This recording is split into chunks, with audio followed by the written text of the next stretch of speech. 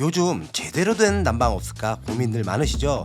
요즘 유튜브 보니까 난방비 절약 방법 아니면 습식 건식 차이점 에너지 효율 이런 것들이 관심이 많으신 것 같더라고요. 그래서 오늘은 그런 궁금증을 해소하기 위해서 직접 작업 현장을 방문하게 되었습니다. 팀장님, 네, 오늘 현장이 어떤 상황인가요? 오래된 구축 아파트에 배관에 문제가 생겼습니다. 누수죠. 예, 누수 문제로 난방 교체 공사로 보시면 되겠습니다. 근데 난방이라는 게 습식과 건식이 있거든요. 간단하게 보자면 습식은 콘크리트를 마감하는 방법이고 건식은 회사마다 차이가 있겠지만 다양한 소재의 패널로 마감을 하는 건데 그 차이점이 궁금했습니다. 건식을 이제 선택하는 그 포인트 중에 이제 여러 가지가 있겠지만 가장 중요한 거는 이제 공기죠. 이제 공사 기간이 짧다. 배관을 다 뜯어내고 교체 공사를 하게 되면은 기존에 있는 시멘트 바닥을 다 뜯어내야 돼요. 다 뜯어내면 폐기물이 또 나오고 이주를 하셔야 돼요. 물건을 다 빼야 되니까 시멘트 몰타를 치기 위해 전에 그러면 가구들은 다 어디다가? 그 이삿짐 보관이죠. 그쪽에다 이제 물건을 다 빼야겠죠. 외부로. 간단하게 말하자면 습식은 재시공을 하려면 바닥 콘크리트 철거, 가구 이동, 거주자 장기 모텔 이동을 해줘야 되고요.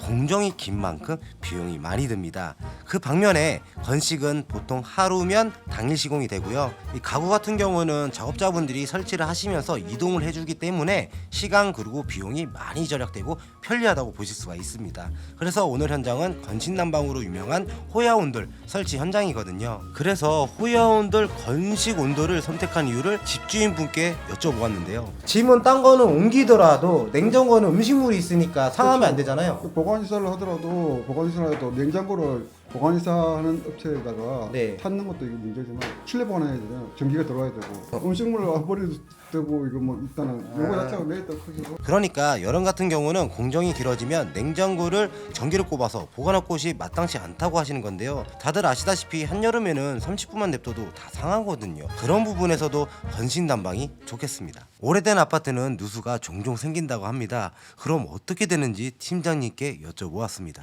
아무래도 벽을 타고 물이 좀 밑으로 내려가기 때문에요. 예, 곰팡이 벽 쪽에 곰팡이 부분이 이제 좀 피다고 그러죠. 곰팡이 좀 피고 가장 큰 스트레스는요.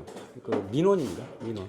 그러면 누수가 생겼을 때 호야 온돌처럼 하루에서 이틀 만에 빨리 끝낼 수 있는 이런 방식이 아래층에게 피해를 덜 주는 거예요. 아무래도 가장 최소화할 수 있는 방법으로 보시면 되죠. 근데 무조건 건식 난방이라서 좋다? 그건 또 아니거든요. 왜냐면 난방의 종류에 따른 이유도 있기 때문에 호야온돌 팀장님께 여쭤보았습니다. 혹시 난방이라고 하면 종류가 좀 있는 것 같은데 어떻게 나눠져요? 세 가지 이제 패턴으로 보시면 되는데 개별 난방이라고 해가지고 각 세대 보일러를 두면서 개별적으로 난방을 돌릴 수 있는 걸로 보시면 되시고 지역 난방이 있는데 지역 난방은 외부의 열 병합 발전소에서 물을 끓여가지고 대단지 아파트로 물을 공급하는 방식으로 보시면 되시고 그 다음에 중앙 난방은 단지 내에 열을 공급하는 곳이 있어요. 그곳에서 각 세대로 물을 공급하는 방식 그렇게 보시면 돼요. 그럼 여기는 무슨 난방이에요? 여기는 지금 시공하고 있는 현장 이 아파트는 중앙 난방입니다. 근데 지역 난방하고 중앙 난방은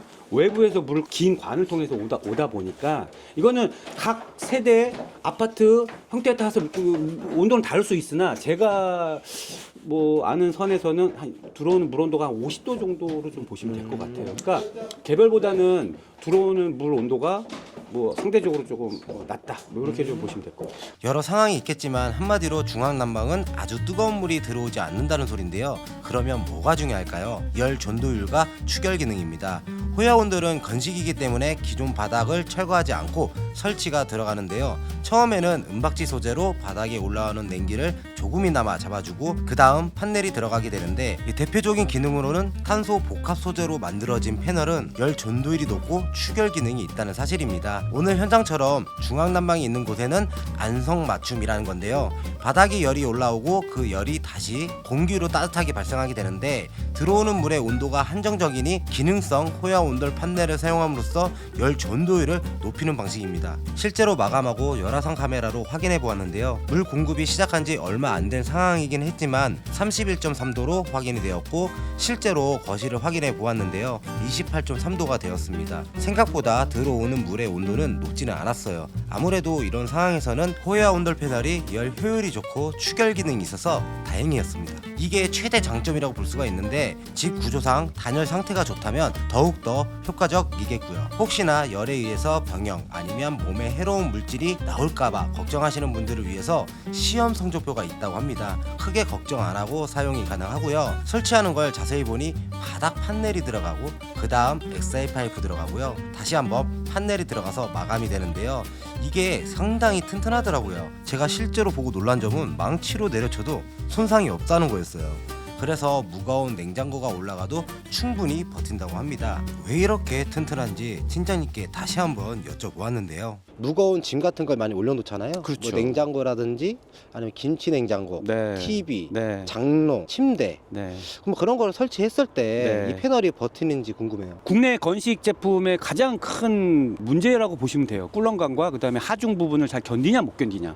자, 이 부분을 저희가 좀 3년의 연구 개발을 통해서 완벽하게 보완을 하고 시장에 진출한 제품으로 보시면 되는데 아까 말씀하셨듯이 피아노, 소파 이런 하중을 견딜 수 있는 그런 소재가 탄소 복합 소재로 좀 보시면 됩니다. 무게가 나가는 가전 제품이든 뭐 생활용품이든 뭐 다 끄떡없이 견딜 수 있습니다. 그리고 주방처럼 사람이 자주 다니는 곳은 XL 파이프를 잘라서 보강해주면 더욱더 효과적이라고 하고요. 문틀 같은 경우는 꿀렁임이 생기지 않도록 꼼꼼히 작업해주는 모습이고요. 그래서 꿀렁임이 전혀 없었고요. 건신 난방을 하게 되면 바닥에 단차가 생기게 되는데 호야온돌은 문 하나하나를 재단을 깔끔하게 해서 사용하는데 문제가 없도록 한 모습입니다. 중앙 난방이 들어오는 부분인데요. 마감을 정말 깔끔하게 해주셨더라고요. 심지어는 위치 정보까지 붙여놓으셨는데 저는 개인적으로 만족할 만한 마감이었습니다. 근데 호야온돌 같은 거는 이 판넬 자체가 열을 머금고 있으니까 그나마 더 효율적이겠네요. 그래서 여기 고객분도